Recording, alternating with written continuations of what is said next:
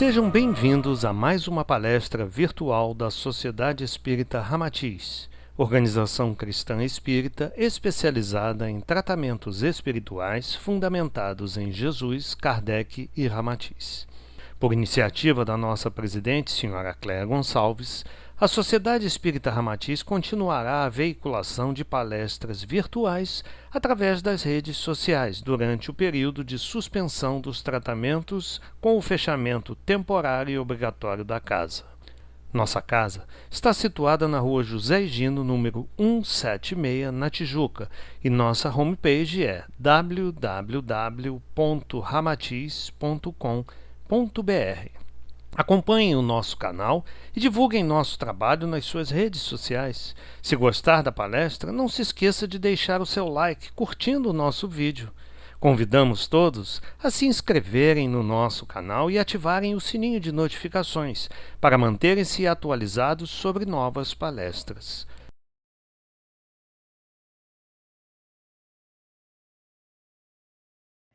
Olá, meu nome é Valéria Lima e eu sou uma das expositoras da Sociedade Espírita Ramatiz. Hoje nós vamos falar sobre a máxima Conhece-te a ti mesmo. Havia na cidade de Delfos, na Grécia Antiga, há mais de 2.500 anos atrás, um grandioso templo erguido em homenagem ao deus Apolo.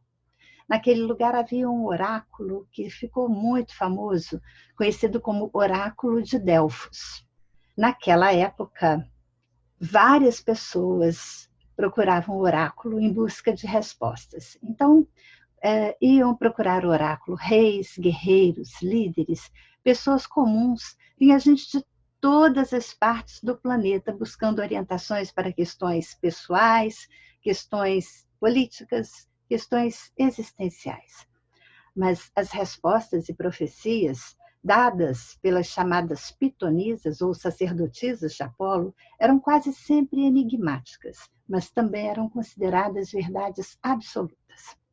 Na fachada do pátio, onde estava o oráculo, haviam duas grandes inscrições: Conhece-te a ti mesmo e nada em excesso. A rigor, essas duas mensagens já se mostravam fundamentais para guiar o homem em todos os tempos e foram recomendadas por todos os sábios e mestres do Oriente e do Ocidente. Conhece-te a ti mesmo e conhecerás todo o universo e os deuses. Ou, conhece-te a ti mesmo e conhecerás todo o universo e os deuses, porque se o que procuras não achares primeiro dentro de ti, não acharás em lugar algum. O aforismo nada em excesso, de algum modo, parece complementar o primeiro, porque ao conhecer-se a si mesmo, o homem aprende a reconhecer os seus limites. E ao reconhecer os seus limites, o homem não excede a sua condição. Conhecer-se a si mesmo torna o homem sóbrio e capaz de identificar e de examinar a uma distância relativamente segura os seus próprios sentimentos, os seus desejos, reduzindo assim o risco de ser auto-enganado pelas suas próprias paixões. Conhecer-se a si mesmo equivale a conhecereis a verdade e ela vos libertará, como nos ensinou o nosso querido Mestre Jesus. Conhecer-se a si mesmo é ter contato com essa verdade, ter contato com o que nós realmente somos, sobre a nossa natureza divina, sobre a nossa essência espiritual. E é esse autoencontro, o conhecimento da verdade, a única força que será capaz de nos libertar das ilusões do ego. Mas, naquele tempo, encantados com os fenômenos do oráculo, muitos não conseguiam perceber que a resposta estava bem ali diante deles, no alto do pátio do templo de Apolo. Para ser feliz, para se realizar em qualquer aspecto da vida, o que é preciso fazer? Nós precisamos conhecer quem somos e confiar na nossa origem e na nossa essência. Mas houve um homem naquela época que compreendeu essa máxima délfica, fez dela o seu lema, o seu leme. Nós estamos falando de um grande pensador, de um espírito iluminado chamado Sócrates. Sócrates vivia em Atenas e conta a história que ele se contrapunha, de alguma maneira, a alguns filósofos daquele tempo, né? Porque ele dizia que antes de querer conhecer qualquer coisa do mundo, qualquer coisa da natureza, fora dele, o homem deveria buscar no seu interior, né? Então ele andava pelas ruas, pelas praças de Atenas e perguntava para cada um: você sabe o que você diz? Você sabe no que você acredita? E ele provocava a reflexão das pessoas. Ele dizia assim: você diz que a coragem é importante, mas o que é a coragem? Você acredita que a justiça é importante, mas o que é a justiça? Você crê que seus amigos são a melhor coisa que você tem, mas o que é a amizade? E as pessoas ficavam esperando que Sócrates, então, respondesse aquelas perguntas difíceis. E o nosso querido pensador criava um grande desconforto quando ele dizia: ora, eu também não sei, por isso estou perguntando. E vem daí a sua célebre frase: sei que nada sei.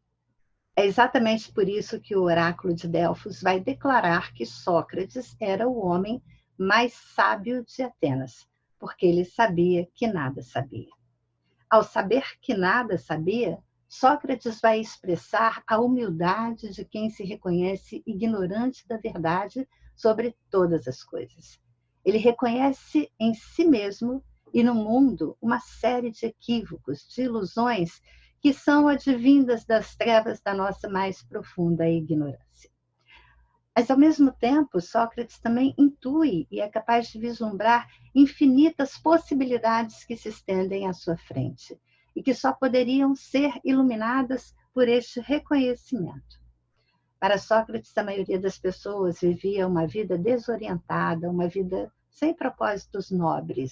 E ele dizia que, ao contrário disso, existia, sim, o ideal de uma vida plena, mas que essa vida plena não poderia ser sustentada pelo brilho efêmero de falsos valores, como poder, como prestígio, amor carnal, riqueza material. O ideal de uma vida plena, Sócrates dizia, né, possível de ser alcançado por todos, ela deveria ter por base nós nos tornarmos seres melhores, buscarmos isso. Deveria ter por base um esforço sem tréguas em prol do aperfeiçoamento da alma. E todos os luminares das mais remotas eras, em todas as latitudes do planeta, vão dizer que conhecer-se a si mesmo, ou autoconhecimento, é de fato a única trilha segura que pode nos levar de um ponto ao outro, ou de uma vida sem propósitos a uma vida plena. Não só na filosofia, né, mas em diversos campos do conhecimento, também no campo da religiosidade, o autoconhecimento vai acenar para nós como um propósito, mas, sobretudo, como um desafio, porque, sem dúvida, é muito mais difícil de ser experimentado do que ser compreendido.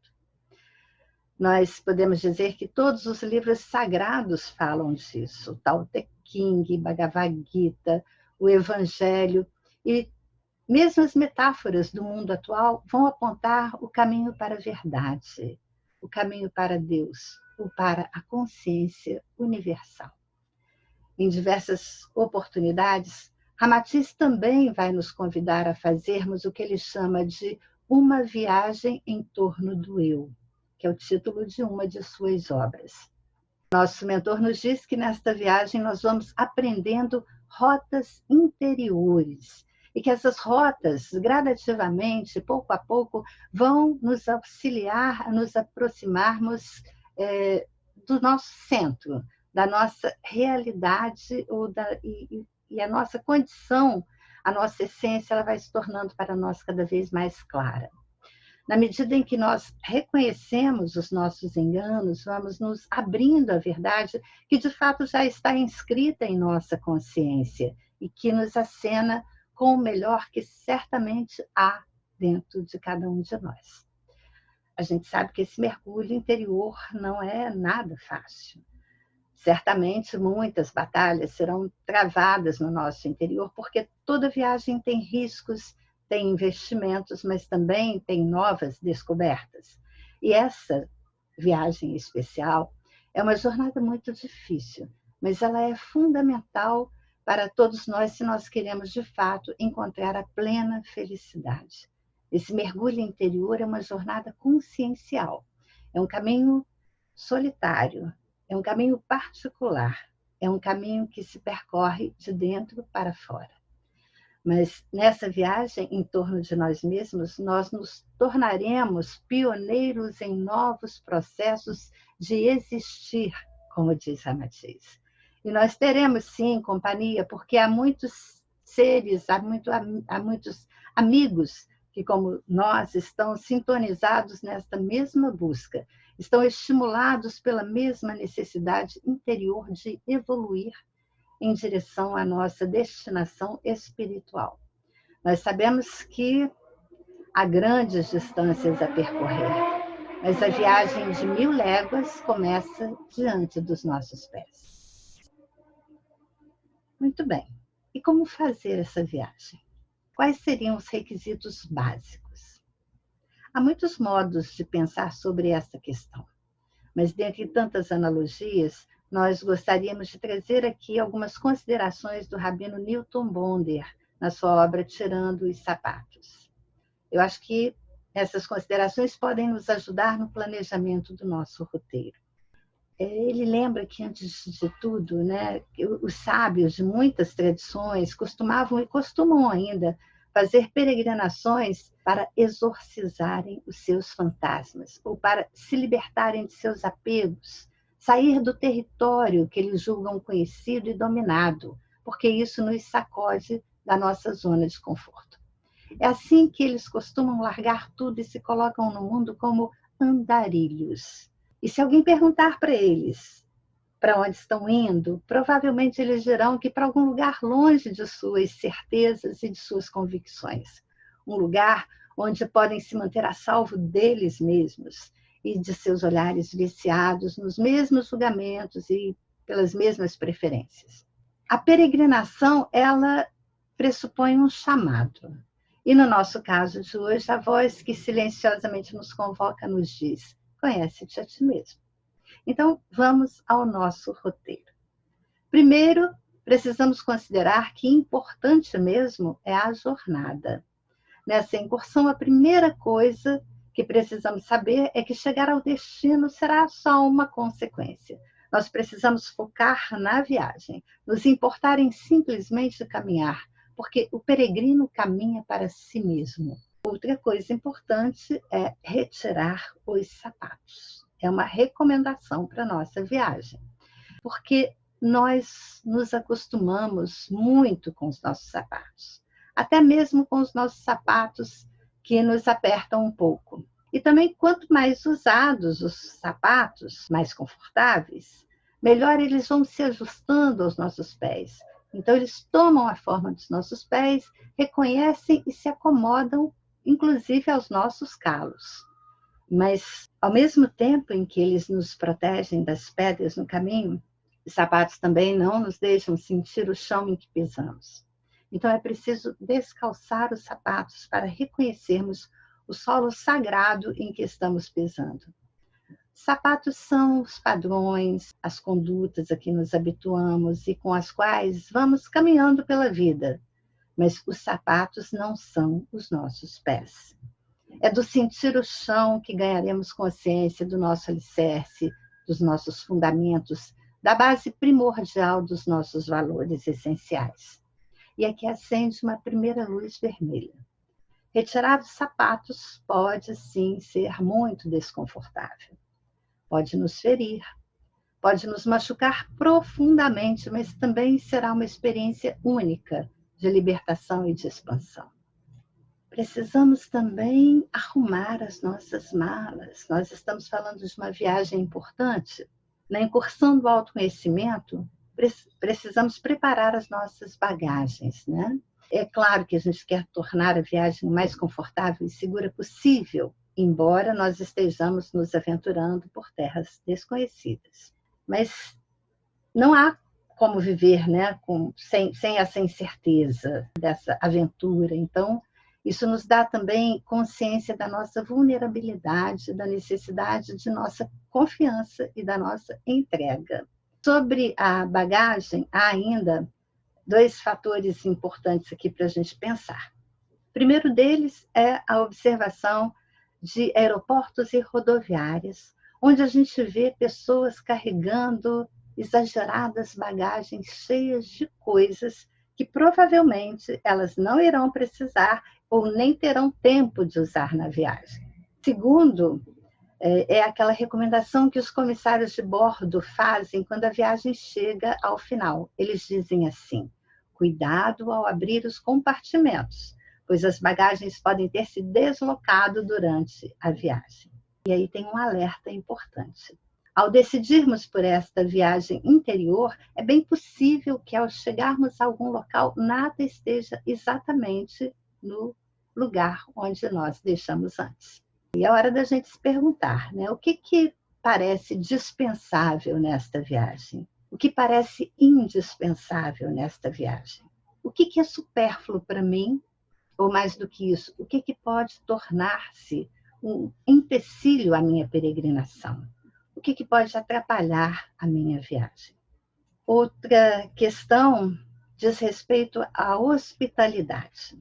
A bagagem é o patrimônio mínimo que nós precisamos carregar conosco, né?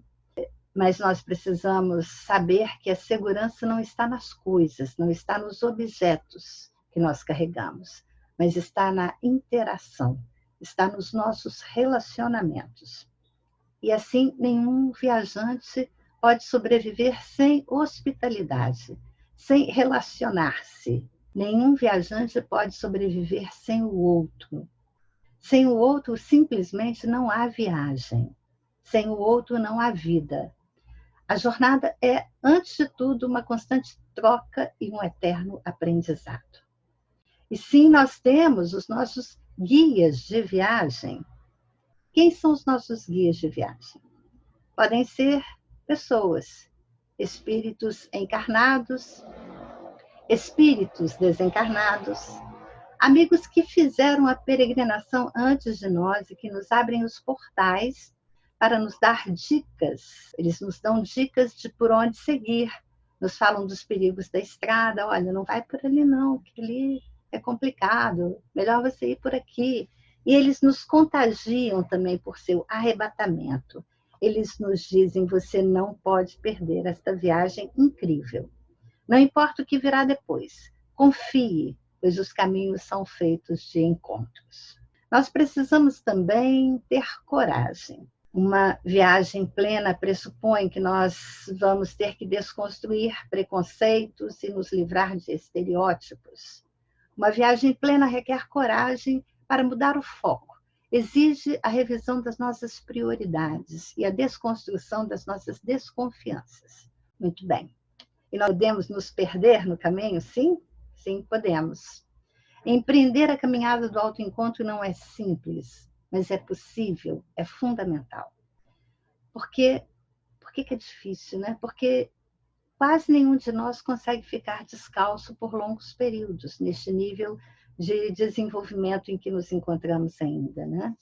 Então, nós vamos seguir assim, ora calçando os velhos sapatos, ora caminhando descalços e sentindo a terra santa em que estamos pisando. No final de tudo, nós precisamos reconhecer, e é isso que valerá, o caminho trilhado e perceber quantas pegadas reais os nossos pés deixaram marcados na terra. Ou seja, por quanto tempo nós conseguimos caminhar descalços. Podemos também calçar novos sapatos. Quem se deixa dominar pelo medo da mudança, por temor de perder os sapatos, muitas vezes pode sacrificar os pés. É importante reconhecermos que nem sempre nós precisamos abandonar velhas identidades que nos são muito caras.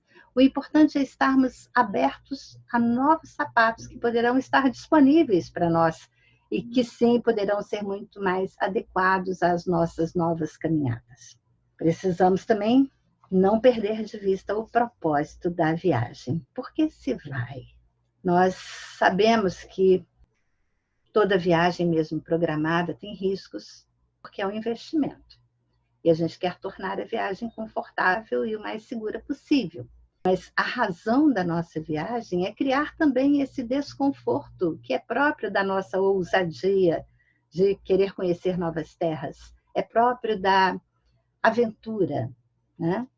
O propósito da viagem é a viagem. Chegar ou realizar-se não é o ponto final, o ponto de chegada, né? Então, por fim, voltamos ao começo. Há ponto de chegada? Não há ponto de chegada. Conhecer-se a si mesmo implica na jornada de ascensão do espírito que somos e que, para tanto, é necessário primeiro reconhecermos a nossa natureza essencial. Eu e o Pai somos um. Assim, impulsionados pelo divino que pulsa em nós, nós seguimos como viajores do universo, atraídos pela força de nossa origem, certos de que um dia alcançaremos o nosso alvo supremo, que é a perfeição e a plena felicidade. O mais importante agora é a nossa decisão. A nossa decisão de cada vez mais descalçarmos os nossos sapatos e de nos colocarmos inteiros nesta incursão interior com coragem, determinação, mas, sobretudo, com muita gratidão por todas as oportunidades. Paz e bem para todos e uma excelente viagem para todos nós. Esperamos ter deixado sementes de reflexões na mente de todos. Acompanhem o nosso canal e divulguem nosso trabalho nas suas redes sociais. Gratidão pela atenção de vocês. Que Deus abençoe-nos a todos. Muita luz e até a nossa próxima palestra.